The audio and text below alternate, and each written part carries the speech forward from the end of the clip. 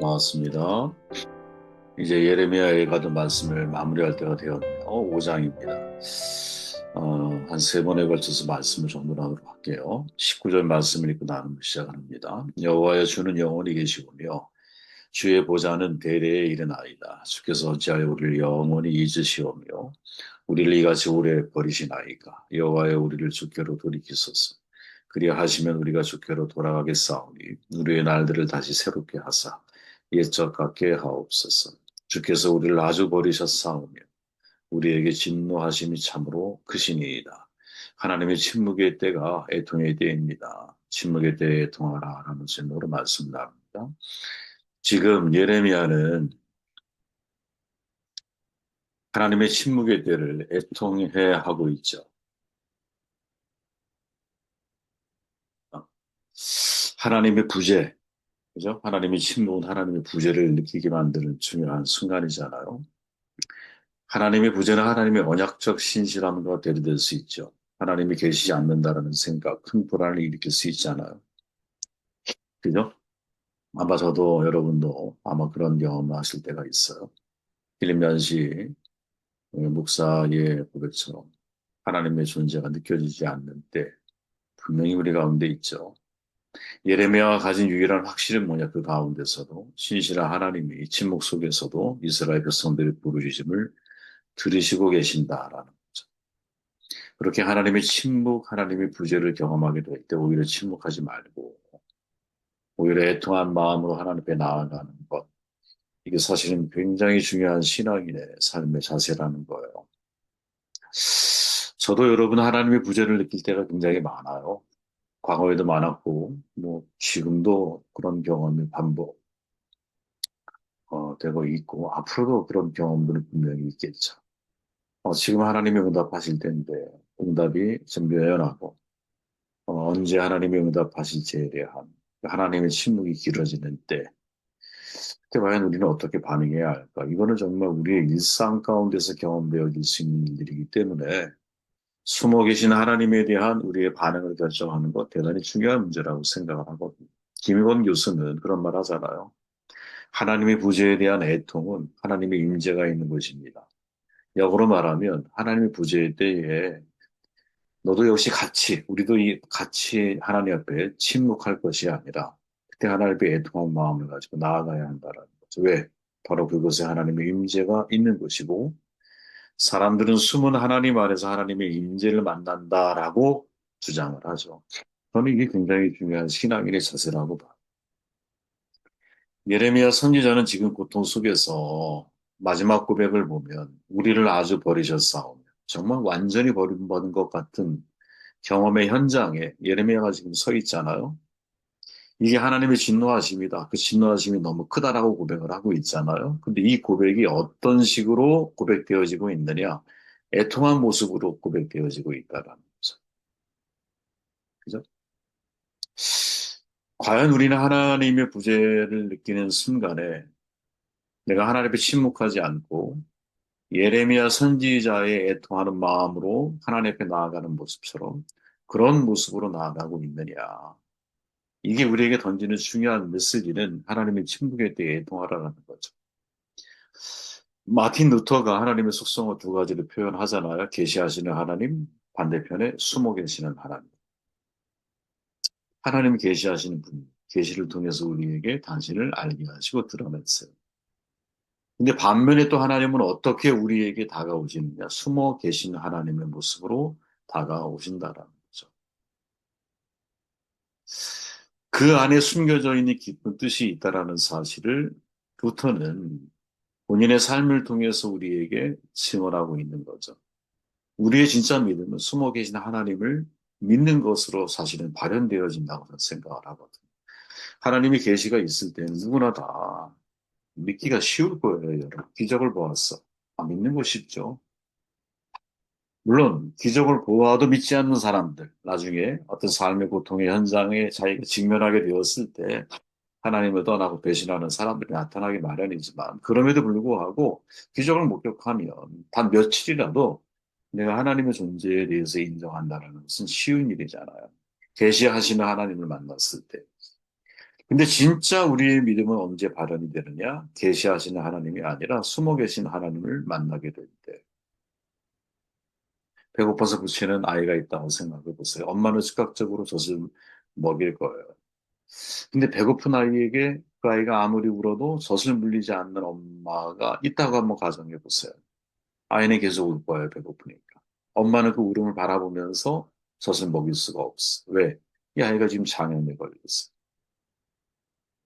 예전에 제 막내가 로타 바이러스인가요? 우리 세연이가 태어나자마자 전염이 돼서 병원에서 2주 동안에 뭐를 먹여도 애가 설사를 하는 거야. 나중에 엉덩이가 벌어졌는데 홍시보다 더 빨갛게 변했더라고요. 그러니까 먹이지 못하는 거지, 간호사도. 먹이는 줬죠, 애가. 소화는 못 시키고.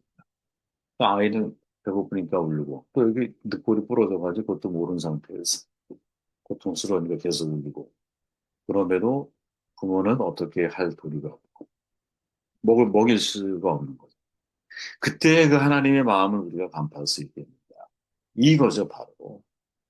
욥이 말하지 않습니까? 그러나 내가 앞으로 가도 그가 아니 계시고 뒤로 가도 보이지 아니하며 왼쪽에서 일하시나 내가 만날 수 없고 그가 오른쪽으로 돌이키시나 배울 수가 없고 고통 속에 하나님을 만나고 싶지만 하나님은 숨어 계신다. 이 말하고 싶은 거죠.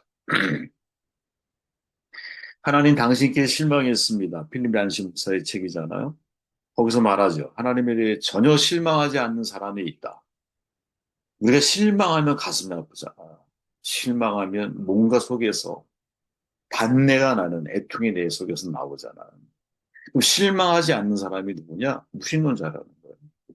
무신론자는 하나님께 아무것도 기대할 게 없기 때문에 실망하지 않는 거죠. 그러나 성도는 하나님을 믿는 사람은 실망하지 않을 도리가 없는 거죠. 언제? 하나님의 침묵을 경험하게 될 때. 이사야가 말하죠. 구원자 이스라엘의 하나님이여 진실로 주는 스스로 숨어 계시는 하나님이시니이다. 아멘. 조국의 멸망을 목격하게 되거든요. 그러니 얼마나 가슴 아프겠어요, 이사야가. 근데 그 속에 하나님은 계시하시는 하나님이 아니야. 그 멸망 뒤에 숨어 계신 하나님이에요. 그때 하나님은 여러분 소극적인 하나님이 아니거든요. 능동적으로 숨어 계신 거잖아요. 수동적으로 숨어 계신 게 아니라. 그 능동적인 숨음 속에는 여러분 하나님의 의지와 뜻이 담겨 있는 거거든요. 우리가 숨바꼭질할 때 비록 이제 어떻게 보면 하찮은 게임에 불과하지만 숨바꼭질의 의미 속에 담겨 있는 게 누가 숨기는 게 아니거든요. 내가 적극적으로 숨는 거거든. 마찬가지로 숨어 계시는 하나님이라고 하는 이 신학적인 명제는 하나님이 적극적으로 숨어 계신 분이라는 거죠. 적극적으로. 마이스터 에크하르트, 아주 유명한 영성가라고 알려진 분이죠. 이렇게 말하죠. 하나님은 먼 곳에 숨어 헛기침을 하면서 자신의 위치를 드러내는 사람과 같습니다. 그러니까 하나님이 숨어 계실 때 사실은 완전히 숨어 계시는 것이 아니라 헛기침을 하면서 위치를 드러내는 사람처럼 사실은 끊임없이 하나님이 우리에게 내가 너를 지켜보고 있고 너와 함께 하고 있고 지금 너에게 하나님의 부재 현상 내가 느껴지지 않는 시간들을 지나가게 만드는 것은 나의 선택일 수도 있고 나의 선택일 수도 있고 너의 선택일 수도 있는 거거든요, 여러분. 예를 들어 여러분 둘째 아들이 누가 어느 시부장에서 아버지를 떠나서 유산 받아서 그가 다시 돌이키기까지 돼지 주염열매를 먹고 아 이대로 가다가 죽겠구나. 죽음에 대한 두려움이 몰려오면서 과거 아버지의 사랑에 대한 기억이 떠오르죠.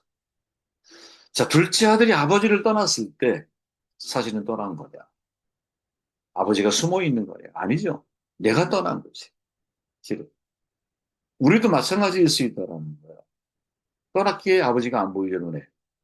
안 보이지만 아버지가 없느냐? 그건 아니죠. 사실은. 끊임없이 저 먼데 아들이 돌아오기를 매번 기다리고 계시는 아버지의 모습을 상정해 놓고 있잖아요. 비유 속에서.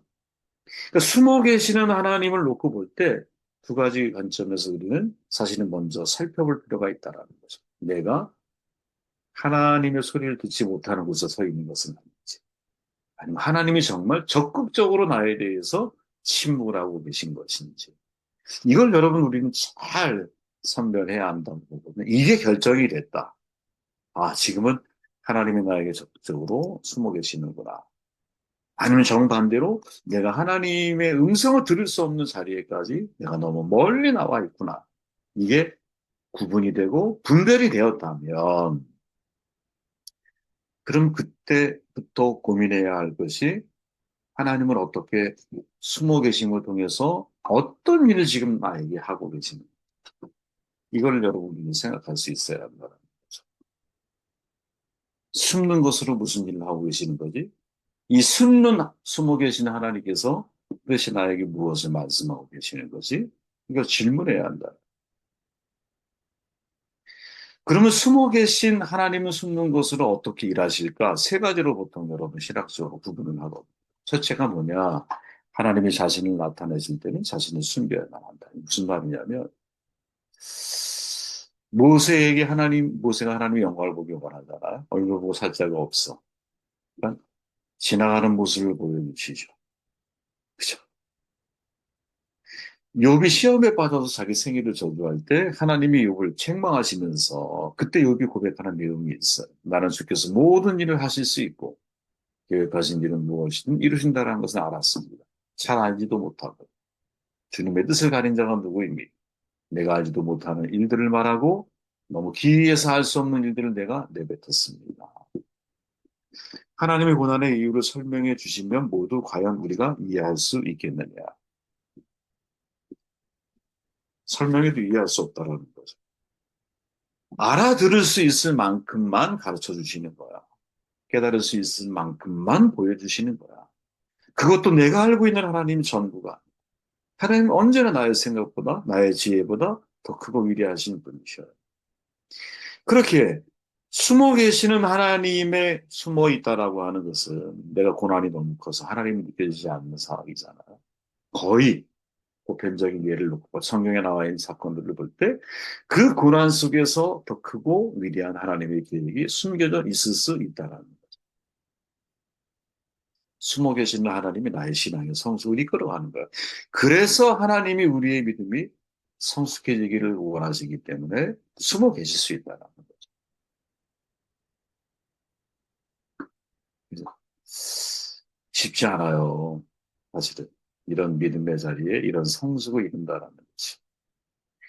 그러나 우리가 둘째 아들 제가 아까 이야기했지만 최근에 제가 다시 묵상하고 있는데요. 관점이 바리새인들의 비난을 듣고 그들에 대한 비유로 말씀하신 것을 감안할 때 너희 중에 아, 너희 중에 그런 표현이 나오거든요. 바리새인 그 율법학자들을 그 이야기 속의 주인공으로 예수님이 초청을 해. 그래서 그때부터 고민하게 만들어. 만약에 너희라면 어떻게 할래? 이런 질문을 하는 거죠. 그러면 아니, 탕자의 비유에서 우리는 보통 탕자의 주종을 많이 맞추잖아요. 근데 사실은 이 비유가 너희라면 어떻게 할래? 라는 질문으로 해석을 한다면 아버지가 되게 중요한 거거든.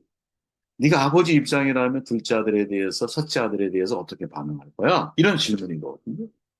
그럼 둘째 아들에 대해서 왜 유산을 나눠주고 보냈을까?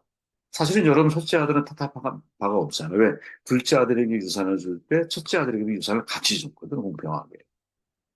그럼 둘째 아들에게 아들을 자유를 주고 너의 선택에 대해서 기꺼이 인정하는 아버지의 이 태도는 우리가 어떻게 해석을 하고 이해해야 할까? 그 중에 핵심이 뭐냐? 둘째 아들의 성숙을 바랬다라. 네가 성숙해지기를 바라. 여러분, 그게 부모로서 자식을 키우는 아주 중요한 핵심 마음 가운데 하나 아닐까요? 우리가 왜 아이들에게 자유를 주고 그 아이의 선택에 대해서 미덥지 않지만, 다 해석이 안 되지만, 그런 선택을 하지 않았으면 하는 마음과 기대감이 있지만, 왜 그 선택을 존중해주고 왜 자유를 줍니까? 그래, 젊어서 고생은 사서도 하는 거야. 뭐 이런 마음 때문일까요? 왜 또 그런 마음을 먹을까요, 우리가? 자녀가 성숙해지기를 바라. 하나님도 마찬가지. 하나님을 우리의 눈으로만 만나는 게 아니라 하나님이 숨어 계시는 바로 그 기간이 우리가 믿음이 자라가는 시간이다. 독일의 쾰른의 지하벽 시대 2차 대개대전 이후에 유대인의 낯을 피해 숨어 있던 바로 그 지역에 이런 글이 적혀 있었다고 그러잖아요. 해가 비치지 않을 때에 나는 해가 있다고 믿는다. 사랑을 느낄 수 없을 때에도 나는 사랑이 있다고 믿는다. 하나님의 침묵하실 때에도 나는 하나님이 계시다고 믿는다. 이게 진짜 믿음인 거죠. 이게 진짜 믿음인 거죠. 나머지 읽어보시기를 바라고. 저는 그런 생각이 들어요. 지금 애통 예레미야가 마지막 내용을 보면 굉장히 절망적이거든요, 실은. 왜? 주께서 우리를 아주 버리셨사온 우리에게 진노하심이 참으로 크시니 심지어 어찌하여 우리를 영원히 잊으시오. 이게 하나님의 말씀을 듣고 끊임없이 눈물로 호소하고 눈물의 예언자의 삶을 살았던 예레미야의 마음속에 있는 진통입니다. 그런데 이 자체가 우리에게 주는 큰 도전이 바로 이 하나님의 침묵의 때에 너도 침묵하면 안 된다. 하나님의 침묵의 때에 우리는 애통할 수 있어야 된다는 거죠. 예레미야 신학에서의 되게 중요한 포인트거든요. 하나님의 침묵 속에 우리는 어떻게 해야 돼요? 침묵해야 될까? 아니면 하나님의 애통한 마음을 가지고 그 애통한 마음을 가지고 다시 하나님을 묵상하기 시작할 때 숨어 계신 하나님을 통해서 우리의 신앙의 성장을 드러내시고 내 신앙의 수준에 맞게 나에게 말씀하신 하나님을 내가 만나게 됩니다. 그 속에서 진짜 기쁨이 무엇인지 발견하게 되는 그런 은혜와 역사가 우리 가운데 있는 것이 아니겠나 하는 말씀을 드립니다.